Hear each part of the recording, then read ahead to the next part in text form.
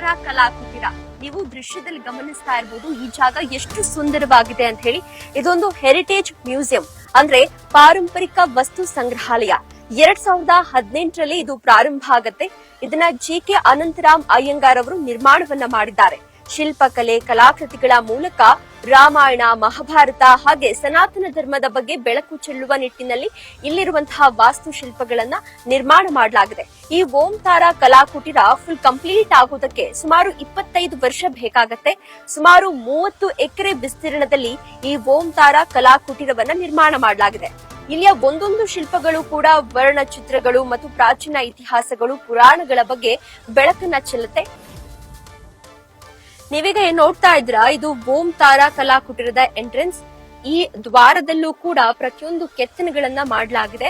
ಇಲ್ಲಿ ನೀವು ಆರ್ಚ್ನಲ್ಲಿ ಗಮನಿಸಬಹುದು ಶ್ರೀಕೃಷ್ಣನ ಲೀಲೆ ಹಾಗೂ ಪೂರಿ ಜಗನ್ನಾಥನ ಕಥನೆಗಳನ್ನ ಅನಾವರಣ ಮಾಡಲಾಗಿದೆ.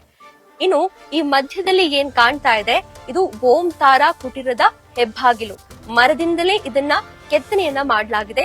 ಇದ್ರಲ್ಲಿ ನೀವು ಗಮನಿಸಿದ್ರೆ ನಿಮ್ಗೆ ಕಾಣಿಸುತ್ತೆ ಬ್ರಹ್ಮ, ವಿಷ್ಣು ಹಾಗೇನೆ ಕೋದಂಡರಾಮ, ಮಧುರೆ ಮೀನಾಕ್ಷಿ, ಸುಬ್ರಹ್ಮಣ್ಯ, ರಾಧಾಕೃಷ್ಣ ಇವರ ಮದುವೆಯ ಚಿತ್ರಣವನ್ನ ಇಲ್ಲಿ ಬಿಂಬಿಸಲಾಗಿದೆ. ಇದನ್ನ ಸೆಲೆಸ್ಟಿಯನ್ ವೆಡ್ಡಿಂಗ್ ಅಂತ ಕೂಡ ಕರೀತಾರೆ. ಇನ್ನು ಇಲ್ಲಿ ಕಾಣಿಸ್ತಾ ಇದೆಯಲ್ಲ ಪಕ್ಕದಲ್ಲಿ, ಇದರಲ್ಲಿ ರಾಮಾಯಣದ ಕೆತ್ತನೆಯನ್ನ ಮಾಡಲಾಗಿದೆ. ಅದರಲ್ಲೂ ಕೂಡ ಅಯೋಧ್ಯೆಗೆ ರಾಮ ಬಂದ ನಂತರದಲ್ಲಿ ಶ್ರೀರಾಮನ ಪಟ್ಟಾಭಿಷೇಕ ಮಾಡಿದಂತಹ ಕೆತ್ತನೆಯನ್ನ ಇಲ್ಲಿ ನಿರ್ಮಾಣ ಮಾಡಲಾಗಿದೆ. ಇದರಲ್ಲಿ ಕಂಪ್ಲೀಟ್ ಆಗಿ ರಾಮಾಯಣದ ಕಥೆಯನ್ನ ಕೆತ್ತನೆಯನ್ನ ಮಾಡಲಾಗಿದೆ. ಇದನ್ನ ಸರ್ಪೆಂಟಸ್ ಸ್ಟೋನ್ ಅನ್ನುವಂತಹ ಕಲ್ಲಿನಿಂದ ಕೆತ್ತನೆಯನ್ನ ಮಾಡಲಾಗಿದೆ. ನಮಸ್ಕಾರ ವೀಕ್ಷಕರಿಗೆಲ್ಲ ನನ್ನ ನಮಸ್ಕಾರಗಳು. ಈ ಓಂ ತಾರಾ ಕಲಾಕುಟೀರ ಎಂಬ ಸ್ಥಳ ಇದು. ಇದನ್ನ ನಮ್ಮ ತಂದೆಯವರು ದಿವಂಗತರಾದ ಜಿ.ಕೆ. ಅನಂತರಾಮ್ ಅವರು ಕಟ್ಟಿದ್ದು, ಮತ್ತು ನಮ್ಮ ತಾಯಿ ಜಿ.ಎ. ಜಯಲಕ್ಷ್ಮಿ ಅವರು ಕಟ್ಟಿದ್ದು. ಇದರ ಉದ್ದೇಶ ಏನು ಅಂದರೆ, ಇದು ನಮ್ಮ ಜನಕ್ಕೆ ಮತ್ತು ನಮ್ಮ ಮಕ್ಕಳಿಗೆಲ್ಲ ನಮ್ಮ ಸನಾತನ ಧರ್ಮದ ಕಥೆಗಳು, ಪುರಾಣದ ಕಥೆಗಳು, ಇತಿಹಾಸದ ಕಥೆಗಳು ಎಲ್ಲ ಚೆನ್ನಾಗಿ ಗೊತ್ತಾಗಲಿ. ಇಲ್ಲಿ ಬಂದು ದಿನ ಎಲ್ಲ ಕಳೆದು ಚೆನ್ನಾಗಿ ಮಕ್ಕಳು ಎಲ್ಲ ಕಲೀಲಿ, ನಮ್ಮ ಸಂಸ್ಕೃತಿ, ನಮ್ಮ ಧರ್ಮವನ್ನು ಕಲೀಲಿ ಅಂತ ನಮ್ಮ ತಂದೆ ತಾಯಿಯವರು ಇದನ್ನು ನಿರ್ಮಾಣಿಸಿದರು. ಇದನ್ನು ಮಾಡೋಕ್ಕೆ ಮುಂಚೆ ನಮ್ಮ ತಂದೆಯವರು ಪಬ್ಲಿಷರ್ ಆಗಿದ್ದರು. ಅವರು ಆಗ ಪಬ್ಲಿಷರ್ ಲೈಫಲ್ಲಿ ಒಂದು 5,000 ಪುಸ್ತಕಗಳನ್ನು ಪಬ್ಲಿಷ್ ಮಾಡಿದ್ದರು. ಅದರಲ್ಲಿ ಅಮರ್ ಚಿತ್ರಕಥೆ ಅಂತ ಕಾಮಿಕ್ ಅಂತ ಬಂದಿದೆ. ಅದನ್ನು ಐಡಿಯಾ ಮತ್ತು ಮೊದಲು 10 ಕಾಮಿಕ್ಗಳನ್ನೆಲ್ಲ ಪಬ್ಲಿಷ್ ಮಾಡಿದ್ದು ನಮ್ಮ ತಂದೆಯವರೇ. ಅದಾದ ಮೇಲೆ ಅದನ್ನು ಅಮರ್ ಚಿತ್ರಕಥೆ ಇಂಗ್ಲೀಷಲ್ಲಿ ಬಂತು. ಅದೇ ಅವರು ಏನು ಕೆಲಸ ಮಾಡಿದ್ರು ಪಬ್ಲಿಷಿಂಗ್ ಇಂಡಸ್ಟ್ರಿನಲ್ಲಿ ಎಲ್ಲ ಜನಕ್ಕೂ ಸ್ವಲ್ಪ ಚೆನ್ನಾಗಿ ಕಲೀಲಿ ಅಂತ, ಅದನ್ನೇ ಈ ಓಂ ತಾರಾ ಕಲಾ ಕುಟೀರವನ್ನೂ ನಿರ್ಮಾಣಿಸಿ ಅವರು ಜನಕ್ಕೆಲ್ಲ ನಮ್ಮ ಸನಾತನ ಧರ್ಮದ ಕಥೆಗಳು ಎಲ್ಲ ಚೆನ್ನಾಗಿ ಗೊತ್ತಾಗಲಿ ಅಂತ ನಿರ್ಮಾಣಿಸಿದ್ರು.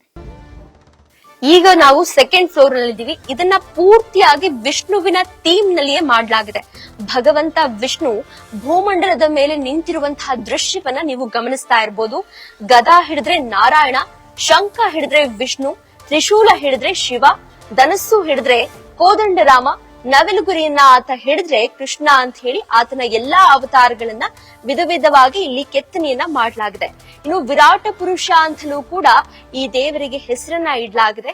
ಅದನ್ನ ನೀವು ದೃಶ್ಯದಲ್ಲಿ ಗಮನಿಸ್ತಾ ಇರಬಹುದು. ಇನ್ನು ಆ ಭಾಗದಲ್ಲಿರುವಂತಹದ್ದು 24 ಅವತಾರಗಳಲ್ಲಿ ವಿಷ್ಣುವನ್ನ ಕೆತ್ತನೆ ಮಾಡಿರುವಂತಹದ್ದು. ಈ 24 ಅವತಾರಕ್ಕೂ ಕೂಡ ಒಂದೊಂದು ಹೆಸರನ್ನ ಅಲ್ಲಿ ಇಡ್ಲಾಗಿದೆ. ಸೂಕ್ಷ್ಮವಾಗಿ ಅದರ ಪಕ್ಕದಲ್ಲಿ ಹೋಗಿ ಗಮನಿಸಿದ್ರೆ ಆ ಹೆಸರುಗಳು ನಿಮ್ಗೆ ಕಾಣಸಿಗತ್ತೆ. ಇನ್ನು ಒಂದೇ ಒಂದು ಮರದಲ್ಲಿ ಮಾಡಿರುವಂತಹದ್ದು ಎಷ್ಟು ಅದ್ಭುತವಾಗಿದೆ ನೀವೇ ನೋಡಿ. ಲಕ್ಷ್ಮೀ ವರಹ ಸ್ವಾಮಿಯನ್ನ ಈ ಅರಳಿ ಮರದಲ್ಲಿ ಕೆತ್ತನೆಯನ್ನ ಮಾಡಲಾಗಿದೆ. ತ್ರಿದೇವಿ ಅಂತ ಹೇಳ್ಬಿಟ್ಟು ಇದನ್ನ ಕರೀತಾರೆ.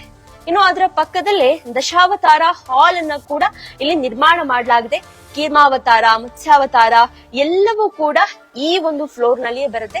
ಕಂಪ್ಲೀಟ್ ಆಗಿ ವಿಷ್ಣುವನ್ನ ಇಲ್ಲಿ ನಿರ್ಮಾಣವನ್ನ ಮಾಡಲಾಗಿದೆ. ನಮಸ್ಕಾರ ಸರ್, ನಾನು ಶ್ರೀನಿವಾಸ ಓಂ ತಾರಾ ಕಲಾಕುಟೀರದಲ್ಲಿ ಕೆಲಸ ಮಾಡ್ತಾ ಇದ್ದೀನಿ. ಈ ಒಂದು ಓಂ ತಾರಾ ಕಲಾಕುಟೀರ ಕಟ್ಟಲಿಕ್ಕೆ ನಮ್ಮ ಯಜಮಾನರು ದಿವಂಗತ ಜಿ.ಕೆ. ಅನಂತರಾಮ್ ಸರ್ ಏನಕ್ಕೆ ಅಂದರೆ, ಅವರು ಪಬ್ಲಿಷಿಂಗ್ ಮಾಡ್ತಾ ಇರಬೇಕಾದ್ರೆ ಪುಸ್ತಕಗಳನ್ನು ಆ ಒಂದು ಇದರಲ್ಲಿ ಇವರು ಹೃದಯಾಘಾತದಿಂದ ಅದೆಲ್ಲ ನಿಲ್ಲಿಸ್ಬಿಟ್ರು.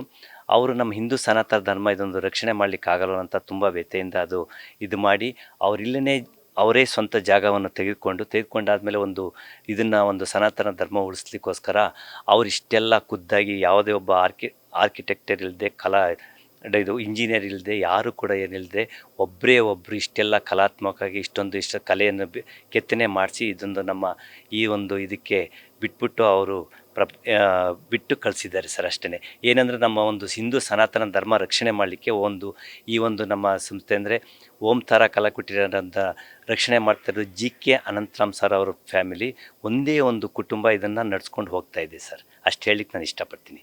Thank you sir. ಓಂತಾರ ಕಲಾಕುಟೀರದ ಮೇನ್ ಬಿಲ್ಡಿಂಗ್ ಇದೇನೆ, ಒಟ್ಟು 6 ಫ್ಲೋರ್ ಇದೆ. ಪ್ರತಿಯೊಂದು ಫ್ಲೋರ್ಗೂ ಕೂಡ ಒಂದೊಂದು ಥೀಮ್ ನಲ್ಲಿ ಇದನ್ನ ನಿರ್ಮಾಣ ಮಾಡಲಾಗಿದೆ.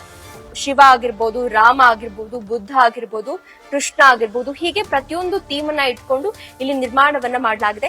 ನಾವೀಗ ಇರುವಂತದ್ದು ಗ್ರೌಂಡ್ ಫ್ಲೋರ್. ಇಲ್ಲಿ ಶ್ರೀಕೃಷ್ಣನ ಕುರಿತಾದಂತಹ ಕೆತ್ತನೆಗಳನ್ನ ನೀವು ಗಮನಿಸ್ತಾ ಇರಬಹುದು. ಅದರಲ್ಲೂ ಕೂಡ ಶ್ರೀಕೃಷ್ಣನಿಗೆ ಅರ್ಜುನ ನಿಜವಾದ ರೂಪ ತೋರಿಸುವ ಅನ್ನುವಂತಹ ಸಂದರ್ಭದಲ್ಲಿ ಶ್ರೀಕೃಷ್ಣ ತನ್ನ ಹಿಂಭಾಗದಲ್ಲಿ ವಿಶ್ವರೂಪವನ್ನ ತೋರಿಸಿದಂತಹ ಸನ್ನಿವೇಶ ಇದು. ಇನ್ನು ಅದರ ಪಕ್ಕದಲ್ಲಿರುವಂತಹದ್ದು ಯಮುನಾ ನದಿಯಲ್ಲಿ ದೋಣಿಯಲ್ಲಿ ಕೃಷ್ಣ ಸಾಕ್ತಾ ಇರುವಂತಹದ್ದು.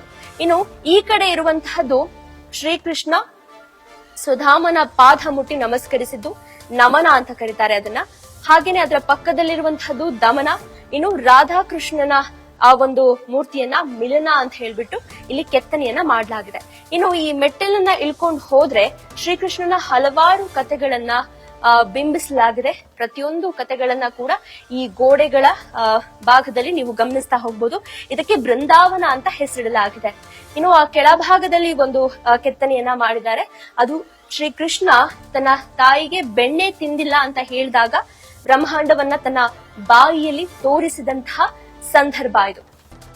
ಹಳ್ಳಿ ಸೊಗಡನ್ನ ಪರಿಚಯ ಮಾಡಿಕೊಡುವಂತಹ ನಿಟ್ಟಿನಲ್ಲಿ ಒಂದಷ್ಟು ಆಗಿನ ಕಾಲದ ವಸ್ತುಗಳನ್ನ ಇಲ್ಲಿ ಪ್ರದರ್ಶನಕ್ಕೆ ಇಡಲಾಗಿದೆ.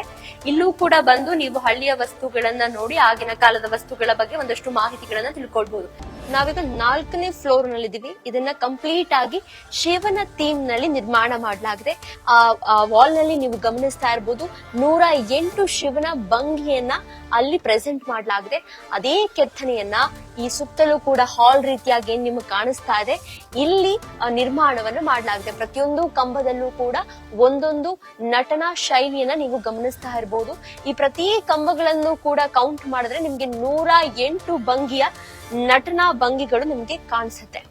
ಹಾಗೇನೆ ಇಲ್ಲಿ ಬಂದವರಿಗೆ ಕೂತು ವಿಶ್ರಾಂತಿಯನ್ನ ಪಡೆಯೋದಕ್ಕೂ ಕೂಡ ಇಲ್ಲಿ ಅವಕಾಶವನ್ನ ಮಾಡಲಾಗಿದೆ.